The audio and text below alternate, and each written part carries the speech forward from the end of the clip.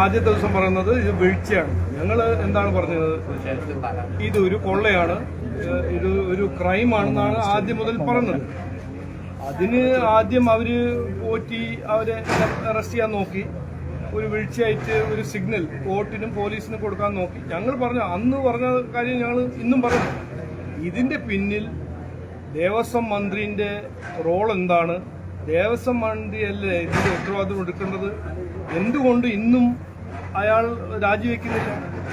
അപ്പോൾ ഞങ്ങളുടെ പ്രഷറും മാധ്യമ സുഹൃത്തുക്കളുടെ പ്രഷറിന് കാരണമാണ് ഇന്ന് ഈ സ്ഥിതി വരെ SIT പോകുന്നത്. ഇത് ഇവിടെ നിൽക്കാൻ പാടില്ല. ഇത് കൃത്യമായി പൊളിറ്റിക്കൽ ലീഡർഷിപ്പ് ഇതിന്റെ പിന്നിൽ ആരാണെന്ന് അത് കൃത്യമായി നമ്മൾ ജനങ്ങൾ ആവശ്യമാണ്. ഇത് ആരാണ് ഇതിന്റെ പിന്നിൽ, ആരാണ് ഇതിനെ സഹായിച്ചത്, ഇതെല്ലാം കണ്ടുപിടിക്കാൻ SIT ചെയ്യാൻ പറ്റില്ലെങ്കിൽ ഒരു സെൻട്രൽ ഇൻവെസ്റ്റിഗേറ്റീവ് ഏജൻസി ഇതിന്റെ അന്വേഷണം നടത്തണമെന്ന് ഞങ്ങൾ ആദ്യം പറഞ്ഞതാണ്. നോക്കൂ, ഇതില് ആർക്കും ഒരു സംശയമില്ല. ആദ്യത്തെ ദിവസം മുതൽ സാധാരണ ഒരു വിശ്വാസിയോട് ചോദിച്ചാൽ, അല്ലെങ്കിൽ സാധാരണ മലയാളിയോട് ചോദിച്ചാൽ, ഈ സർക്കാർ പിണറായി വിജയന്റെ സർക്കാരല്ലേ, ഒരു ഈച്ചയും സർക്കാരിന്റെ അനുവാദം ഇല്ലാണ്ട് ചെയ്യാൻ കഴിയില്ല. ഒരു പേപ്പറും ഫയലും മൂവ് ചെയ്യാൻ പറ്റാത്ത ഒരു ഗവൺമെന്റ് അല്ലേ. എന്നിട്ടാണോ 4.5 കിലോ സ്വർണം ശബരിമലയിൽ നിന്ന് തട്ടിക്കൊണ്ടുവന്നത്? അപ്പോൾ ഇതിന്റെ പിന്നില് ഒരു പൊളിറ്റിക്കൽ ഹാൻഡ് ഉണ്ട്. ഇത് 100% ജനങ്ങൾ വിശ്വസിക്കുന്നു, ഞങ്ങൾ വിശ്വസിക്കുന്നു. അത് ആരാണെന്ന് കണ്ടുപിടിക്കണം, അന്വേഷണം നടക്കണം. SIT ആണോ സെൻട്രൽ ഇൻവെസ്റ്റിഗേഷൻ ഏജൻസി ആണോ, അത് ചെയ്യണം. അതുവരെ ഞങ്ങൾ അതിനെക്കുറിച്ച് സംസാരിക്കും, സമരം ചെയ്യും, പ്രതിഷേധിക്കും എന്ന് ഞാൻ അന്നും പറഞ്ഞു, ഇന്നും പറയുന്നു. ഈ പൊളിറ്റിക്കലി ശരിക്കും പറഞ്ഞാൽ കൂടുതൽ ആളുകൾ ഇതിനകത്ത് ഉൾക്കൊണ്ടിട്ടുണ്ട് എന്ന് തന്നെയാണ് ഉദ്ദേശിക്കുന്നത് അല്ലേ? അല്ല, നോക്കും, ഇത് ഒരു സാമാന്യ ബുദ്ധിയായിട്ട് ഒരു സാധാരണ മനുഷ്യൻ ഇങ്ങനെ ഇതൊക്കെ ആലോചിക്കുമ്പോൾ ഇത് പിണറായി വിജയന്റെ സർക്കാരാണ്, CPMന്റെ സർക്കാരാണ്. ഇവിടെ ഈ സർക്കാരിൽ പിണറായി വിജയൻ വിചാരിക്കാണ്ടെയും ആലോചിക്കാണ്ടെയും എന്തെങ്കിലും നടക്കുമോ? നിങ്ങൾ എന്നെ ചോദിച്ചു നോക്കൂ. ചെയ്യോ ആരെങ്കിലും? അങ്ങനെ ധൈര്യം ഉണ്ടോ ഈ സർക്കാരിൽ? ഇല്ല. അപ്പോൾ ഇതെല്ലാം പ്ലാൻഡ് ഒരു അറ്റംപ്റ്റ് ആണ്, പ്ലാൻഡ് കോൺസ്പിറസിയാണ്. അങ്ങനെയാണ് ഞങ്ങൾ കാണുന്നത്. അത് ആരോടും ഏത് സാധാരണ മലയാളി ചോദിച്ചാൽ അവരിങ്ങനെയാണ് പറയാൻ പോകുന്നത്. ഇതിന് പിന്നിൽ പൊളിറ്റിക്കൽ ലീഡർഷിപ്പ് ഉണ്ട്, അവർ സഹായിച്ചിട്ടുണ്ട്.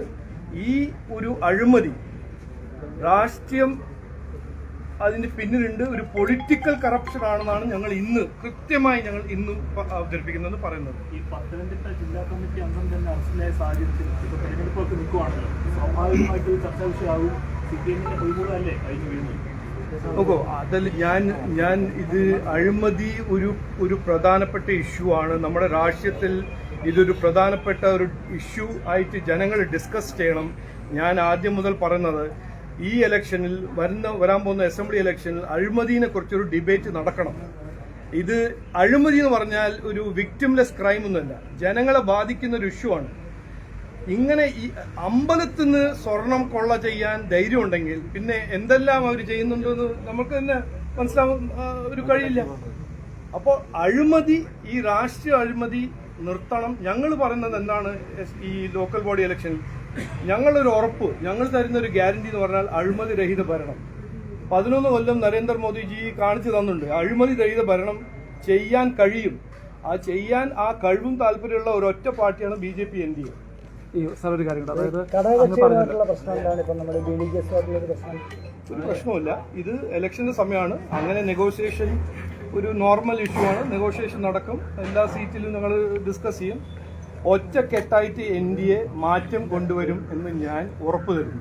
ഈ ശബരിമല ഇഷ്യൂവിൽ കേന്ദ്ര ഏജൻസിയുടെ അന്വേഷണമാണെന്ന് പറയുന്നത്. കേന്ദ്രം ഭരിക്കുന്നത് BJP ആണ്. അപ്പൊ എന്തുകൊണ്ടാണ് ഒരു കേന്ദ്ര അന്വേഷണത്തിന് വൈകുന്നേരം കാരണം? നോക്കൂ, ഇത് നിങ്ങൾ ചോദിക്കുമ്പോൾ ഇത് ഫെഡറൽ ഡെമോക്രസി ആണെന്ന് എല്ലാ ദിവസവും നമ്മളെ ശിവൻകുട്ടി സാറും മറ്റ് മന്ത്രികളെല്ലാം ഞങ്ങളെ ഓർമ്മിപ്പിക്കുന്നു. അത് കറക്റ്റാണ്.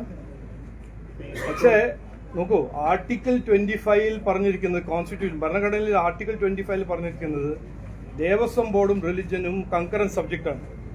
അപ്പോൾ ഇതുവരെ ഫെഡറൽ ഡെമോക്രസിയിൽ സ്റ്റേറ്റ് ഗവൺമെന്റ് ആണ് ഇതിന്റെ പ്രധാനപ്പെട്ട ഉത്തരവാദിത്വം എടുത്തിരിക്കുന്നത്. ഇന്നലെ മിന്നാന്ന് നമ്മൾ ശബരിമലയിൽ കണ്ടല്ലോ എന്താണ് ഈ സർക്കാർ എന്ത് ചെയ്യുന്നു. വിശ്വാസികൾക്ക് എന്ത് ചെയ്യുന്നു, അവർക്ക് വേണ്ടി ഒന്നും ചെയ്യുന്നില്ല. ഞാൻ ഇന്ന് പറയാൻ ആഗ്രഹിക്കുന്ന ഒന്നാണ് ഒരു കാര്യം. ഈ സർക്കാരിന് വിശ്വാസികളും അമ്പലത്തിനെ കുറിച്ച് അവരെ സംരക്ഷിക്കാൻ പറ്റുന്നില്ലെങ്കിൽ, അവർക്ക് കഴിയുന്നില്ലെങ്കിൽ, അത് നരേന്ദ്രമോദിജി സർക്കാർക്ക് വിട്ടുകൊടുക്കുക. ഞാൻ തയ്യാറാണ് ആ മെസ്സേജ് എടുത്തിട്ട് ഡൽഹി പോവാൻ. നരേന്ദ്രമോദിജീന്റെ സർക്കാർ ഈ അമ്പലങ്ങളും ഈ വിശ്വാസികളുടെ പുണ്യസ്ഥലങ്ങളെല്ലാം സംരക്ഷിക്കട്ടെ. ഇവർക്ക് കഴിയുന്നില്ലല്ലോ. ഇവിടെ നടക്കുന്നത് കൊള്ള. പിന്നെ ഇന്നലെ മിഞ്ഞാന്ന് കണ്ട ആ സ്ഥിതി കണ്ടില്ലേ ശബരിമലയിൽ? 15 മണിക്കൂർ വെള്ളം കഴിക്കാനൊന്നും ഇല്ലാത്തൊരു സ്ഥിതിയാണ്. അപ്പോൾ ഒരു പ്ലാനിങ്ങും ഇല്ല. ഒരു കുറ്റകരമായ അനാസ്ഥ എന്ന് പറഞ്ഞ ഒരു സർക്കാർ. ഇങ്ങനെ സർക്കാർ ഇതുവരെ ഞാൻ എത്രയോ സർക്കാർ കണ്ടതാണ്, കോൺഗ്രസ് സർക്കാരും കണ്ടതാണ്. പക്ഷെ ഇങ്ങനത്തെ ഒരു സർക്കാർ ഞാൻ ആദ്യമായിട്ട് കാണുന്നു.